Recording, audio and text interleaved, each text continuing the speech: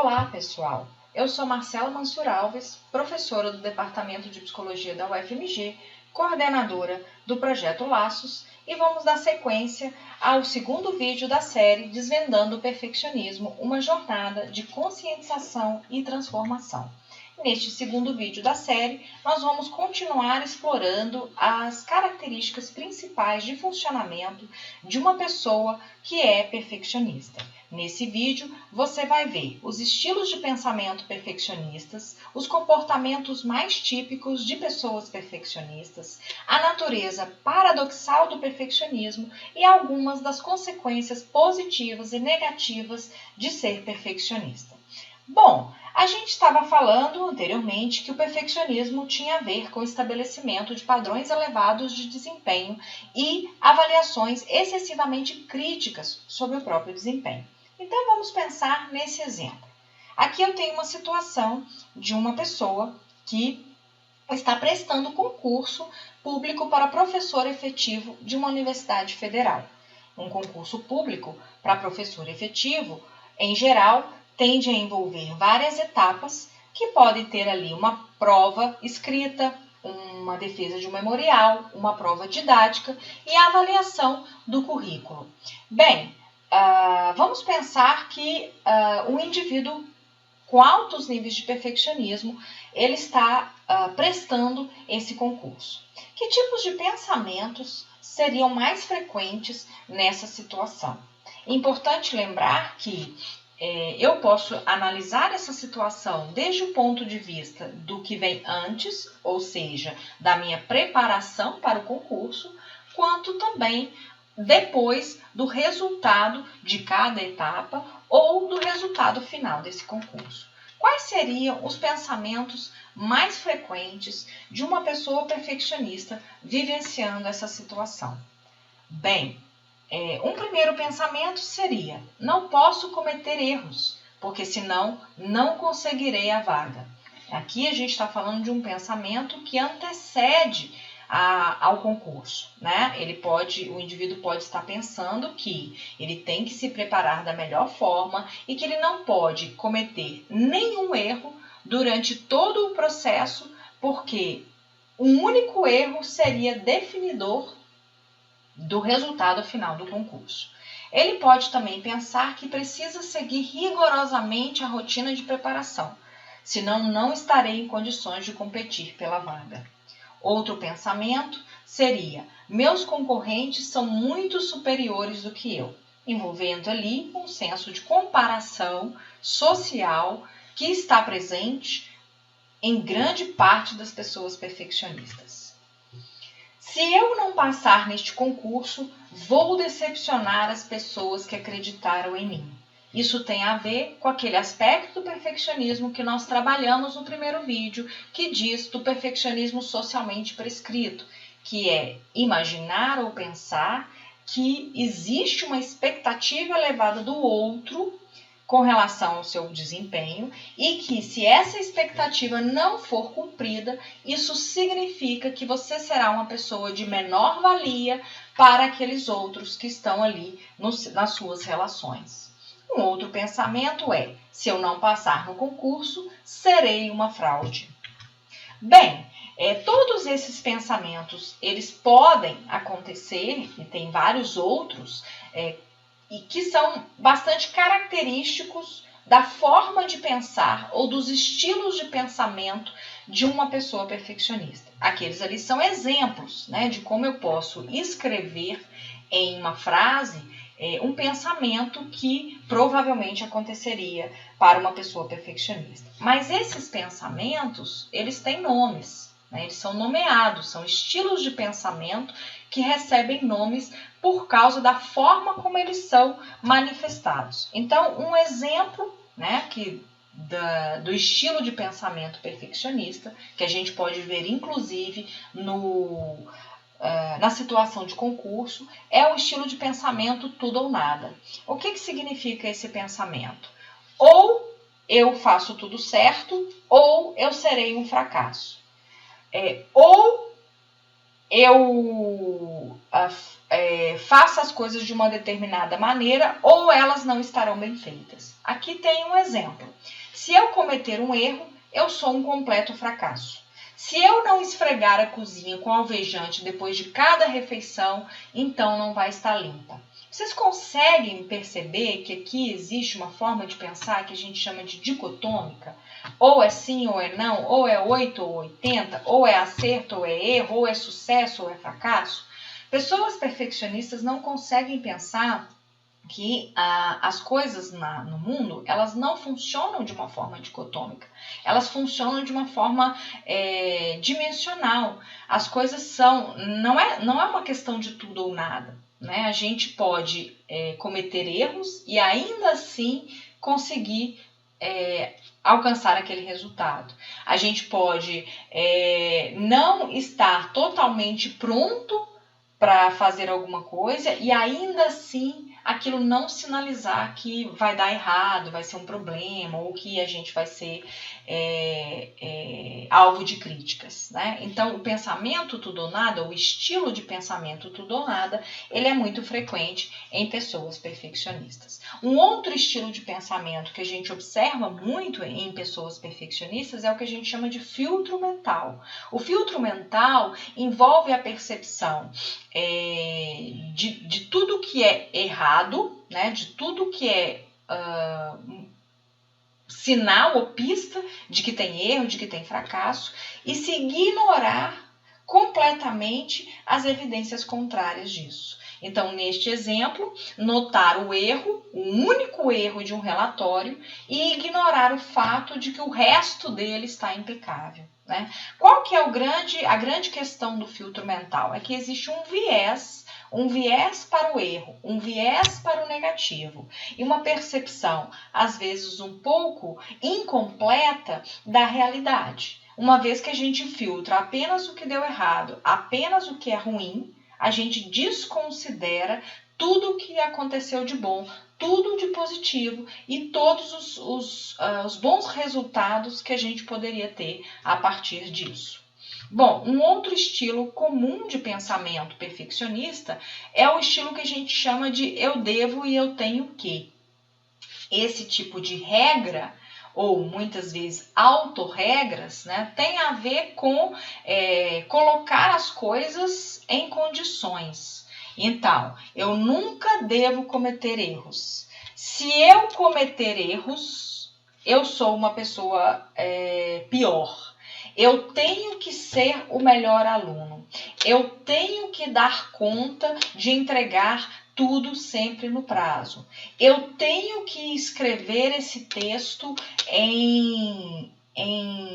neste dia, neste momento. Né? Então, essa ideia de que eu tenho que, senão isso indicaria alguma coisa, é um estilo de pensamento que coloca condições muito rígidas, um estilo de pensamento extremamente rigoroso, né, que não permite, e associado ao pensamento tudo ou nada, entender que a realidade ela é feita de nuances.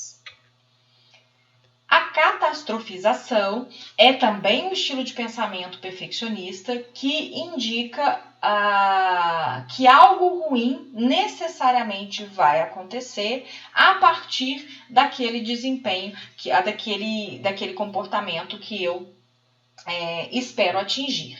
Então, o exemplo, é péssimo eu não ter conseguido limpar a casa hoje. Né? Então, uma coisa que deveria ser pequena, ela alcança uma proporção muito maior a partir da minha interpretação da realidade. Então, perfeccionistas tendem a maximizar ou a catastrofizar eventos pequenos que sinalizariam erro, fracasso ou coisas que não deram certo conforme o planejado e tornar muito grandes aqueles eventos que não deveriam ter essa proporção.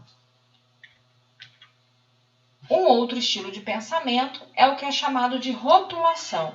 Né? Então, se a pessoa ela se encaixa, o perfeccionista tende a encaixar as pessoas em categorias, normalmente por aquilo que elas dão conta e não dão conta de fazer, ou aquilo que elas elas alcançam e não alcançam. E essas categorias também são muito inflexíveis, normalmente são dicotômicas. Então, um exemplo disso aqui é: eu sou um idiota por não saber a capital da Austrália. Né? Então, imediatamente por não saber algo, né, que supostamente eu acho que deveria saber, eu me coloco nessa categoria de idiota, ou me coloco na categoria de inferior, ou me coloco na categoria de fracassado. Né? Então, isso seria a rotulação. E, além disso, a gente tem um outro estilo de pensamento que é chamado de maximização e minimização. Exemplo: meu chefe apenas me deu a promoção porque ele estava sendo legal e ninguém mais se candidatou para a posição.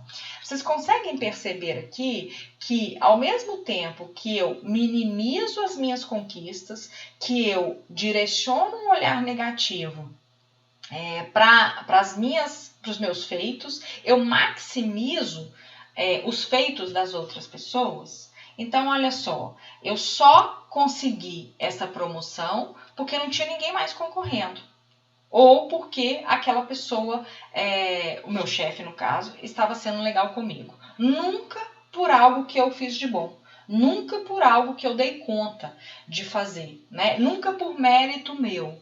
Então, esse estilo de pensamento, ele tende a envolver uma maximização das minhas falhas e uma minimização dos meus feitos, das minhas qualidades e de algo que eu fiz bem. Né? Então, esses são estilos de pensamento mais comuns em perfeccionistas. Embora não seja algo fácil perceber esses estilos de pensamento em nós mesmos o tempo inteiro, é importante a gente conseguir identificá-los, porque ao identificá-los, isso seria um primeiro passo para tentar flexibilizá-los, para tentar colocá-los um pouco mais sob perspectiva, trazendo formas de pensar alternativas.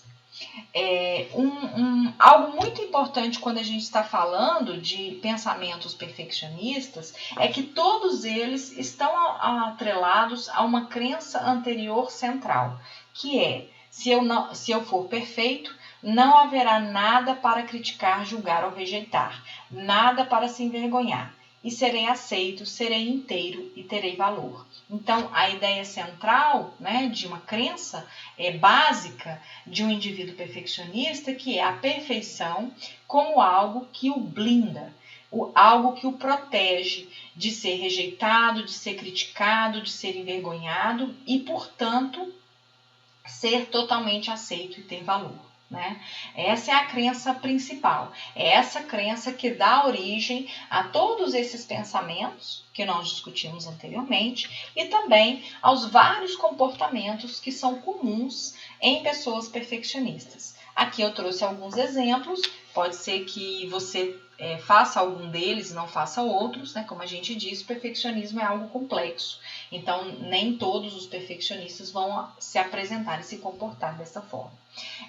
Um estilo de comportamento, um padrão de comportamento frequente em perfeccionistas é a evitação, né? Evitar situações que podem envolver, por exemplo, a avaliação, né? Evitar situações sociais que envolveriam exposição, evitar beber em público porque eu posso ali ficar um pouco mais leve e isso vai fazer com que eu fale coisas que não deveria. A checagem excessiva, que é conferir inúmeras vezes algo que foi feito. Conferir inúmeras vezes se a casa está limpa, se as coisas estão em ordem, se as coisas estão no lugar. Conferir inúmeras vezes, ler inúmeras vezes um artigo que está sendo escrito. Conferir inúmeras vezes se o carro foi parado no lugar certo, que está seguro, busca por segurança ou busca por reasseguramento, que é um padrão comportamental que envolve a necessidade de pedir aos outros um asseguramento de que você está fazendo as coisas certas. Né? Então, por exemplo, pedir a alguém de muita confiança para ler um artigo seu para ver se você escreveu tudo certinho antes de enviar para o orientador, por exemplo, ou antes de submeter o artigo para publicação. checar com as pessoas repetidamente se a sua roupa está adequada para ir para aquele evento, né? Então, perguntar, por exemplo, para um parceiro, para uma parceira, estou bem vestido, você acha que está bom? Né? Então, isso é busca por segurança. Repetição e correção, né? Que tem a ver aí com esse padrão de tentar evitar que erros aconteçam, né? Então, quanto mais vezes eu repito algo e eu corrijo algo, na cabeça do perfeccionista, maior a probabilidade de eu evitar algum tipo de erro. Organização e listagem excessivas. A organização e a listagem tem uma função de exercer um controle sobre a ansiedade do indivíduo perfeccionista. Então, muitas vezes ele se depara com um nível muito elevado de ansiedade pelo excesso de tarefas que ele tem que fazer, pela complexidade de tarefas que ele tem que fazer, e ele usa as listas, né, para permitir, para dar a sensação de que ele tem controle sobre aquilo, que vai dar tudo certo, né? Então, isso é algo muito comum no padrão de funcionamento perfeccionista. Não é que as listas sejam ruins, a questão aqui é o excesso, né? Fazer listas para tudo o tempo inteiro, na tentativa de controlar a situação, de controlar a ansiedade que está envolvida na execução de uma determinada tarefa ou de um conjunto de tarefas. Dificuldade para tomar decisões, então também é muito comum em perfeccionistas. Como eles têm dificuldade como pessoas perfeccionistas têm dificuldade de se comprometer com a consequência de uma decisão, por exemplo, errada, ou que as pessoas podem sinalizar como ruim, é muito difícil para o perfeccionista tomar uma decisão. Por exemplo, escolher um lugar para sair com os amigos. Ele pode ter dificuldades porque ele fica com medo, né, de escolher um lugar que as pessoas vão achar ruim. Isso é um exemplo. Dificuldade em delegar tarefas, isso tem a ver com controle, com medo de que as outras pessoas não façam tão bem quanto ele, com medo de que as outras pessoas não façam exatamente como ele, não é só tão bem como, né? Às vezes as pessoas podem fazer bem, mas o perfeccionista tem um roteiro, né, de como as coisas devem ser feitas, e delegar tarefas implica em abrir mão deste roteiro e deixar que as pessoas façam a partir do próprio roteiro. Acumulação pode acontecer em alguns casos, né? Dificuldade de abrir mão das coisas e pensar que pode precisar delas em algum outro momento da vida. Por exemplo, baixar todos os artigos sobre um determinado assunto ou sobre vários assuntos que você não vai dar conta de ler naquele momento, mas você monta uma pasta ali para que você tenha certeza que em algum momento você vai precisar, né? Como se a gente realmente fosse encontrar esses artigos que a gente armazenou ali daqui a 5 anos, 1 ano, 2 anos, ou mesmo, né, quando a gente precisasse naquele quantidade de coisas que estão juntas ali. Desistir muito cedo, isso aqui tem a ver, né, com medo de fracassar, muito diretamente associado ao medo de fracassar. Então, muitas vezes eu nem tento, né, fazer determinadas coisas porque eu acho que a probabilidade de fracassar é muito maior do que ser bem sucedido, então eu desisto muito cedo daquilo, né? E também isso pode ter muito a ver com né, isso pode estar associado também em alguns momentos à procrastinação. Como a ansiedade e o medo de fracassar, de falhar, de entregar alguma coisa que não está no padrão do perfeccionista excelente ou perfeito, o indivíduo pode adotar a procrastinação como uma estratégia de regulação, uma estratégia de regulação emocional, uma estratégia de reduzir a ansiedade. Então, eu procrastino, eu tenho uma sensação naquele momento, eu alivio um pouco a minha ansiedade de ter que lidar com aquilo que está me gerando aquele sentimento ruim, né? E isso parece que funciona, mas no fim das contas isso retroalimenta a ansiedade, porque cada vez mais, né, eu vou engajar num estilo de comportamento que tem um padrão de esquiva, né, de me esquivar de lidar com as coisas, porque elas podem sinalizar algo de errado em mim, ou um fracasso meu. E tentar mudar o comportamento dos outros, isso tem muito a ver com o perfeccionismo orientado ao outro, né, de querer que as outras pessoas se comportem ou façam o que eu faria naquela situação, ou da forma como eu encaro que seria o correto. Muitas vezes perfeccionistas também têm uma ética moral muito dicotômica, assim como um pensamento tudo ou nada, né? Ou é certo ou errado, ou pode ou não pode, né? Deveria ser feito dessa forma. Isso tem muito a ver ver, então, com a tentativa, né, de mudar o comportamento dos outros, se expressa numa tentativa de mudar o comportamento dos outros nas relações, tá? Isso vocês talvez estejam se perguntando se o perfeccionismo seria algo, então, bom ou ruim.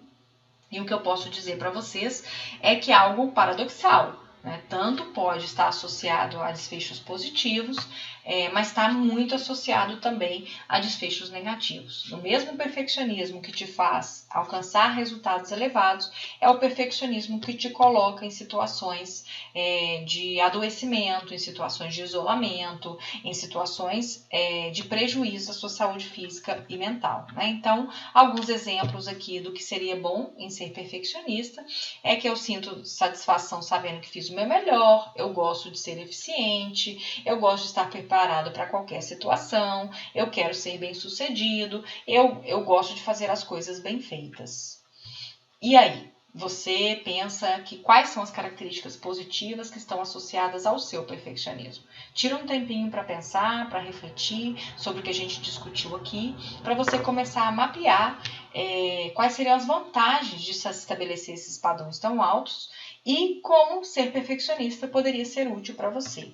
Da mesma forma, existem aspectos ruins em ser perfeccionista. Então, não ter tempo livre, nenhuma conquista ser suficiente, não suportar quando as pessoas não fazem as coisas do meu jeito, me culpar quando as coisas não são feitas de um jeito certo, precisar fazer cada vez mais para sentir aceito pelas pessoas. Isso tudo aqui pode aparecer ou ser uma consequência ruim de ser perfeccionista.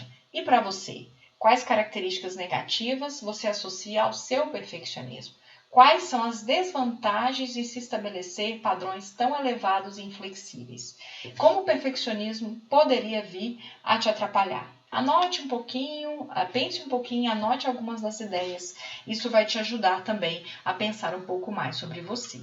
Bom, e aí pensando em tudo isso, a gente tem algumas consequências negativas do perfeccionismo na sua saúde e no seu bem-estar. Em vídeos mais para frente, isso vai ser mais bem aprofundado. Mas como eu disse antes, o perfeccionismo normalmente tende a levar a isolamento social, problemas de autoimagem, insônia e baixa autoestima, ansiedade, depressão, burnout, insatisfação crônica, frustrações e preocupações constantes e saber aproveitar pouco os momentos de prazer e alegria. Então, é muito importante que a gente esteja atento a quais são essas consequências negativas no nosso funcionamento, ou mais especificamente, no seu funcionamento. Muito obrigado e nos encontramos no próximo vídeo.